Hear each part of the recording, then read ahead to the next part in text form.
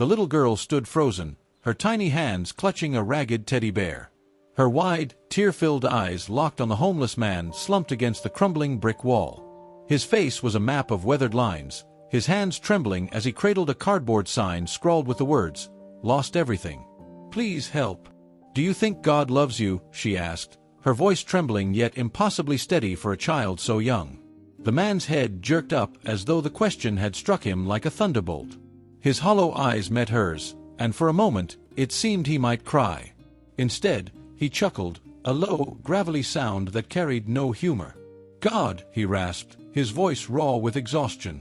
"If there's a God, little one, I doubt he even remembers me." The little girl's lip quivered. She opened her mouth, but no words came out. Instead, she stepped closer, her tiny shoes crunching over shards of glass. Her mother's voice called faintly from a distance, but she ignored it. "Why would you say that?" she asked softly, her gaze unwavering. "Did something bad happen?" The man took a shaky breath, his shoulders rising and falling as though carrying the weight of the world. He glanced at the sky, dark, clouded, and indifferent, then back at her. His answer, when it came, was barely above a whisper. "Because I prayed. I prayed every day for him to help me. And he didn't." The little girl's brow furrowed. Before she could respond, her mother's frantic footsteps grew louder. "There you are." The woman grabbed the girl's hand, her eyes darting nervously to the man. "You can't just run off like that." "But Mommy," the girl protested, pointing back at him, "he said God forgot about him." The mother's expression shifted, first alarm, then pity, before she hurried her daughter away. The girl craned her neck, watching the man as he shrank into the distance. But just before he disappeared from view, he did something she couldn't forget. He raised a trembling finger to the sky. "Mommy," the girl whispered as they walked away. "What did he mean?" Her mother didn't answer. The girl couldn't sleep that night. Every time she closed her eyes, she saw the man's face and heard his broken words.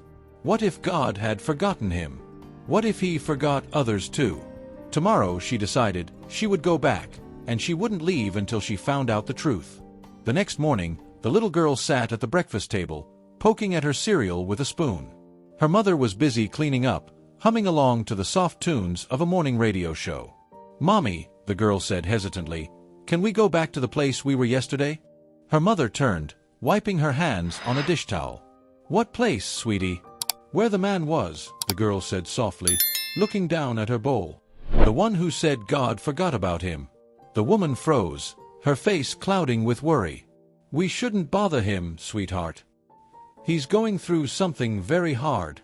"But what if he needs us?" the girl insisted. "What if we can help him?"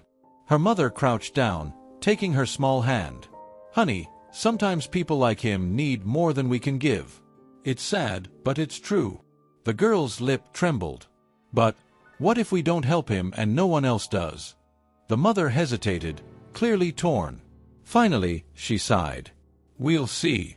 That afternoon, after a trip to the grocery store, the girl tugged on her mother's sleeve as they passed the alley. "Please, Mommy. Just for a minute." Her mother reluctantly agreed, letting the girl peek down the narrow street. The homeless man was still there, his back pressed against the wall. He looked even thinner in the daylight, his clothes hanging from his frame like they belonged to someone much larger. The girl walked up to him before her mother could stop her. She crouched down, holding out a sandwich from their grocery bag. "This is for you," she said. The man looked at her, his eyes narrowing in confusion. "Why would you give me that?" "Because you're hungry," she said simply. He stared at her for a long moment before taking the sandwich with shaking hands. "Thank you," he mumbled, though his voice was laced with something the girl couldn't quite place. Shame? Guilt? Disbelief? "Why do you think God forgot you?" she asked, her voice small. The man froze, his hand halfway to his mouth. He set the sandwich down on his lap, his expression hardening. "You wouldn't understand, kid." "Maybe I would," she pressed. "You can tell me." The man glanced at her mother, who was standing a few feet away, her face tight with concern. "You better take her home," he said gruffly. "This ain't the place for a kid." The girl didn't budge. "I'll come back tomorrow," she said determinedly. "And the day after that. And the day after that, until you tell me." The man's eyes softened for just a second, but it was gone so quickly the girl wondered if she had imagined it. He looked away, muttering, "Suit yourself." That night, the girl began making plans. If he wouldn't talk to her, maybe she could find another way to show him that God hadn't forgotten him. But how could she convince someone who had already given up hope? The next morning, the little girl woke up early. She rummaged through her closet, pulling out things she thought might help: an extra blanket, a flashlight, even a picture book she loved.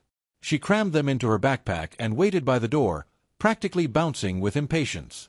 When her mother finally emerged from her room, still groggy, the girl blurted, "Can we go now?" Her mother frowned. "Go where, sweetheart?"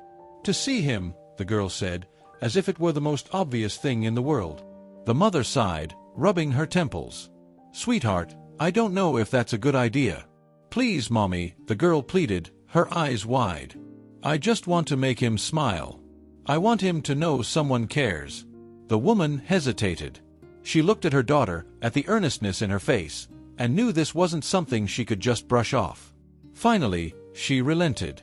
"All right. But just for a little while." By the time they arrived, the man was exactly where they had left him. This time, he was asleep, slumped forward with his chin resting on his chest. His cardboard sign lay face down on the ground, and an empty coffee cup sat beside him. The girl approached quietly, her mother trailing close behind. She crouched down and placed the blanket over his shoulders. The man stirred, blinking awake, his face scrunching in confusion. "What's this?" he asked, gripping the blanket. "It's for you," the girl said cheerfully. "I brought other things too." She began pulling items from her backpack, laying them out like treasures: a flashlight, a box of crackers, the picture book. The man's face was unreadable as he watched her. "Why are you doing this?" he finally asked, his voice gruff. "Because I want to help," she said simply. "Because God loves you." The man's jaw tightened, and he looked away. "Kid, I appreciate it, but you don't know what you're talking about." The girl tilted her head. "Why not?" "Because if God loved me," he said, his voice rising, "I wouldn't be here. I wouldn't have lost everything. You don't know what it's like to pray for a miracle and get silence in return." Her eyes filled with tears, but she didn't back away. "But maybe this is your miracle." The man's laugh was bitter, almost cruel. "A miracle, huh? You think a sandwich and a flashlight can fix my life?" "It's a start," she said quietly. For a moment, the man didn't say anything. Then he shook his head. "You're a stubborn kid. I'll give you that." "I'll keep coming back," she said firmly. "Until you believe me." Her mother, who had been silent until now, stepped forward. "We should get going, honey." The girl nodded, her gaze lingering on the man. "I'll see you tomorrow," she said as they walked away. The man watched them go, the blanket still draped around his shoulders. He looked down at the small pile of items she had left behind, his face softening ever so slightly. That night, as the girl lay in bed, she wondered if her words had made a difference. What if he was right? What if he didn't believe her? But then she thought of his face when she gave him the blanket. Just for a moment, it had seemed less sad. Maybe that was enough to keep going. The following day, the little girl was more determined than ever. She asked her mother for permission to bake cookies, carefully explaining that they were for a friend. Her mother smiled, shaking her head at her daughter's stubborn kindness. They spent the morning mixing dough and carefully placing chocolate chips, the aroma filling the house. By noon, the cookies were ready, packed neatly into a container the girl clutched tightly as they headed back to the alley. This time, the man wasn't sitting in his usual spot. The girl looked around, her heart sinking. "Where is he?" she asked, a hint of panic in her voice. Her mother placed a reassuring hand on her shoulder. "Maybe he moved to another spot. Let's look around." After a few minutes of searching, they found him a block away, sitting on a bench in a small park. His head was tilted back, eyes closed, as though trying to escape the world for just a moment. The girl approached cautiously. "Hi." The man opened one eye, startled. "You again?" She nodded, holding out the container. "I made these for you." The man stared at the cookies as though they were something foreign. "You're not giving up, are you?" "Nope," the girl said brightly. "Not until you smile." A corner of his mouth twitched, almost a smile, but not quite. He took the container, popping the lid open. The warm scent seemed to catch him off guard. "Chocolate chip," he muttered. "My mom used to make these." "Really?" the girl asked, sitting down on the bench beside him. "Did you have a good mom?" The man hesitated, then nodded slowly. "Yeah. She was a good woman. Always told me to keep my head up, no matter what." The girl tilted her head. "So, what happened?"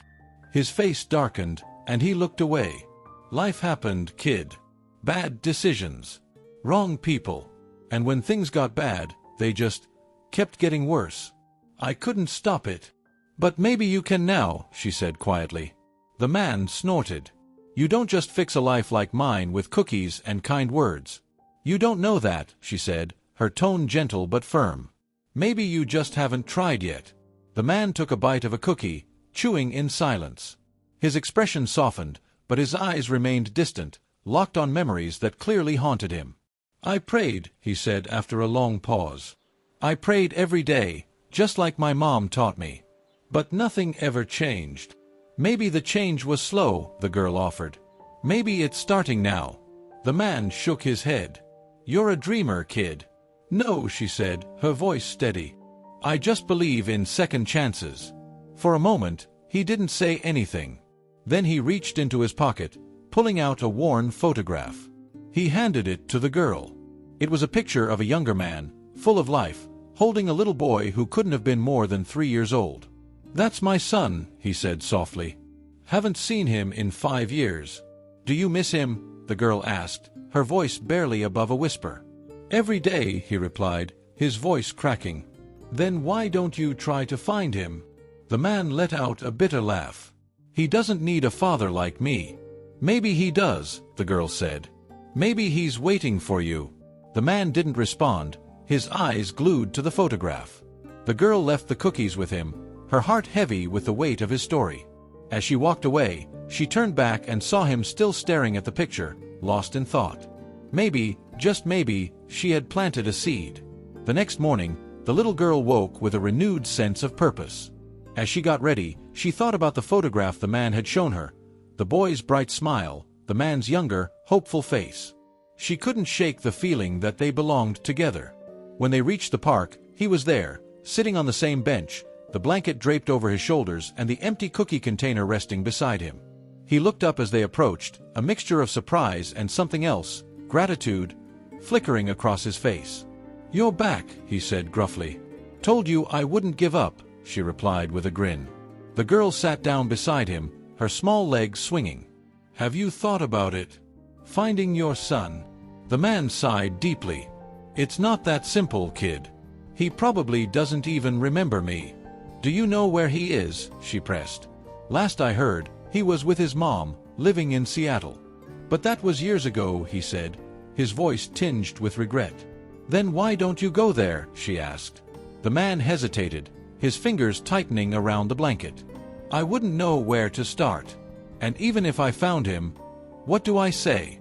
Sorry I wasn't there for you. That I failed as a dad." "Maybe you just tell him the truth," the girl said gently. "That you love him and you want to try again." The man stared at her, his eyes glistening with unshed tears. "You make it sound so easy."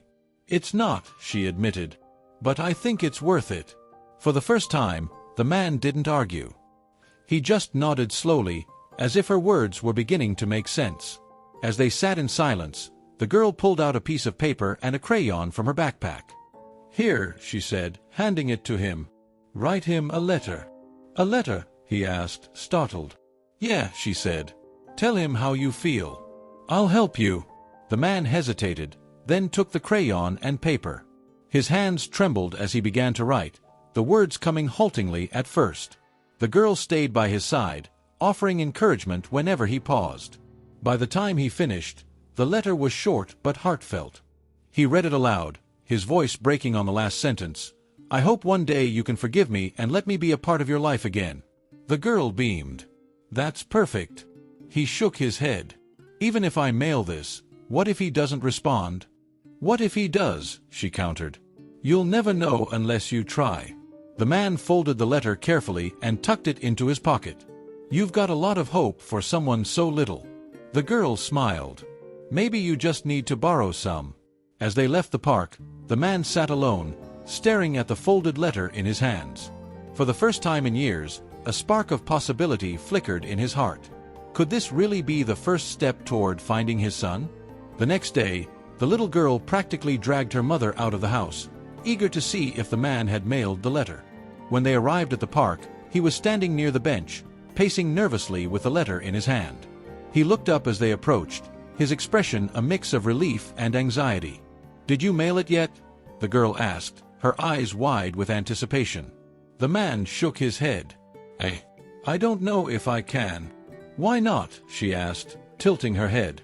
"What if it just makes things worse?" he said, gripping the letter tightly. "What if he's happy without me? What if I ruin his life by showing up?"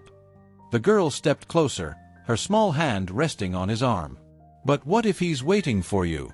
What if he needs you and doesn't even know it?" The man looked at her, his lips pressing into a thin line. "You're too young to understand how messy this is." "Maybe," she admitted. "But I know one thing. If you don't try, you'll never know. And you'll keep feeling like this forever." Her words seemed to hit him like a wave.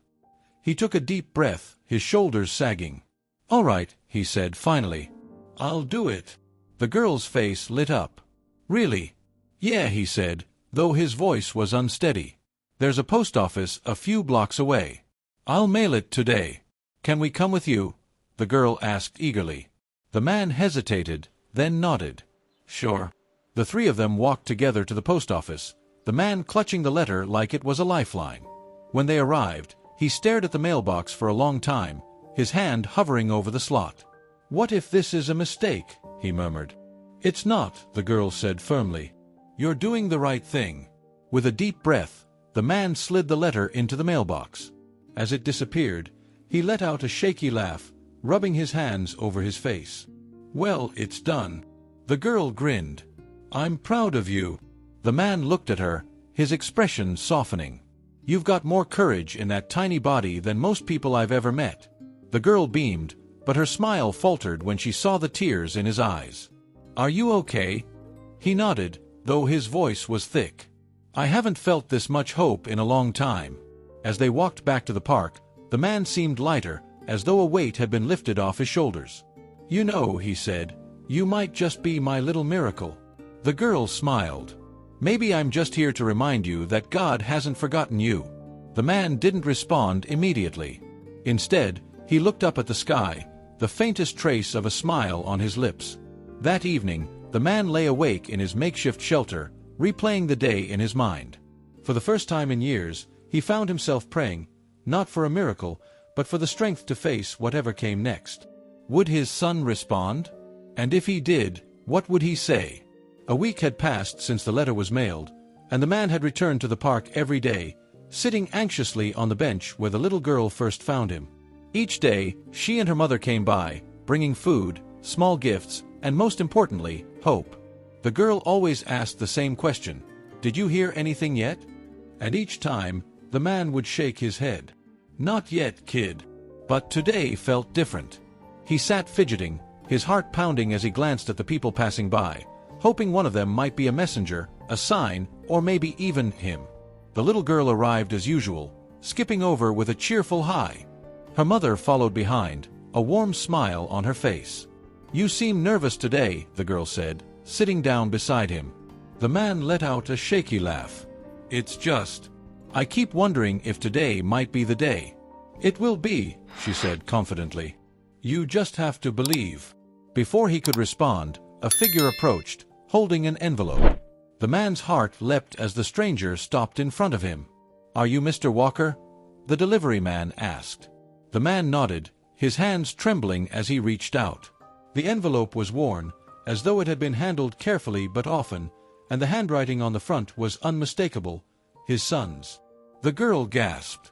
"It's from him, isn't it?" The man nodded again, unable to speak. His eyes filled with tears as he carefully opened the envelope and unfolded the letter inside. The girl leaned in, watching his face as he read. His expression shifted from nervousness to shock, then something that looked like relief. "What does it say?" she whispered. The man cleared his throat, his voice shaking as he read aloud. Dad. I wasn't sure if I should write back. It's been a long time, and I didn't know if I'd ever hear from you again. But when I got your letter, I couldn't stop thinking about it. I remember the good times, the times when you were my hero. I miss those times. I'm in Seattle, just like you thought. I have my own little boy now, and I'd like for him to meet his grandpa. If you're willing to try, I'd like to see you. Michael. The girl clapped her hands, her face lighting up with joy. He wants to see you. The man couldn't hold back his tears any longer. They streamed down his face as he clutched the letter to his chest. I never thought this would happen, he whispered. Not in a million years. The girl reached over, placing her small hand on his. See, God didn't forget you. The man nodded, his voice thick with emotion. Maybe he didn't. Her mother stepped forward, her voice gentle. Do you need help getting to Seattle? He looked up at her, startled. I don't have much. I wouldn't even know where to start. We'll help, the mother said firmly. There are shelters and resources that can get you a bus ticket. You've come this far. You can't stop now. The man's lips quivered, and he looked at the little girl. You really are my miracle, kid. She grinned. Told you. The next step was clear, but the journey wasn't over. Could he really reunite with his son after all these years? And would his past mistakes cast a shadow over the fresh start he so desperately wanted? The morning of his departure was filled with nervous anticipation. The man, freshly showered and dressed in donated clothes from a local shelter, clutched the bus ticket that the girl's mother had helped him secure. It was a one-way trip to Seattle, a journey that felt both terrifying and exhilarating. The little girl and her mother stood by the bus station to see him off. The girl had insisted on coming, holding a small handmade card she had spent the night creating. Inside, she had drawn a picture of him reuniting with his son under a bright yellow sun, with the words, "You can do it," written in her neatest handwriting. This is for you, she said, handing him the card. So you don't forget that you're brave. The man took it, his hands trembling. I don't know how to thank you, he said, his voice breaking. For everything. You don't have to, the girl replied with a smile. Just be a good dad. His eyes welled up as he crouched to her level, pulling her into a hug. You're a special kid, he whispered. Don't ever stop believing. The bus pulled into the station, and the man stood, taking a deep breath. Well, here goes nothing. The little girl waved as he boarded, her voice ringing out. You're going to do great. The journey to Seattle felt like an eternity. He clutched the girl's card in one hand and his son's letter in the other, replaying their words over and over in his mind. By the time the bus pulled into the terminal, his nerves were raw, but his determination was stronger than ever. As he stepped off the bus, his eyes scanned the crowd, searching for the face he hadn't seen in years. Then, there he was, a grown man who still carried a hint of the boy he once knew. Beside him stood a little boy clutching his hand, his grandson. The man froze, his breath catching in his throat. Michael, he managed to say. His son's face softened, a mix of apprehension and hope. Dad. Before he could say anything else, his son stepped forward and pulled him into an embrace. The man's arms wrapped around him, and for the first time in years, he felt truly whole. I missed you, his son said, his voice breaking. I missed you too, the man whispered. Every single day. The little boy tugged on his father's sleeve. Is this Grandpa? Michael laughed through his tears, nodding. Yeah, buddy. This is Grandpa. The man crouched down, his eyes meeting his grandson's. Hi, he said, his voice trembling. I'm so happy to meet you. The boy smiled shyly, then threw his arms around his grandfather's neck. The man held him tightly, a warmth spreading through his chest that he hadn't felt in years.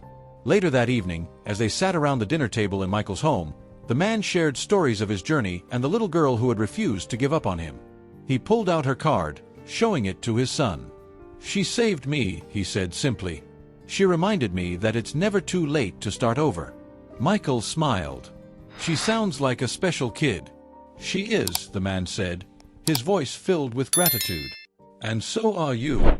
Back in her small town, the little girl sat with her mother, writing another card. This time, it was a congratulations card addressed to Seattle. A few weeks later, she received a photograph in return. It was of the man, his son, and his grandson, all smiling together, with a note that read, "You were right. God didn't forget me. Thank you for believing when I couldn't." The little girl smiled as she taped the photo to her wall, a quiet reminder that even the smallest acts of kindness could lead to the greatest miracles. Have you ever witnessed or been part of a story that proves it's never too late for a second chance? Let us know in the comments, and don't forget to like, share, and subscribe for more inspiring stories like this one. Thank you for watching.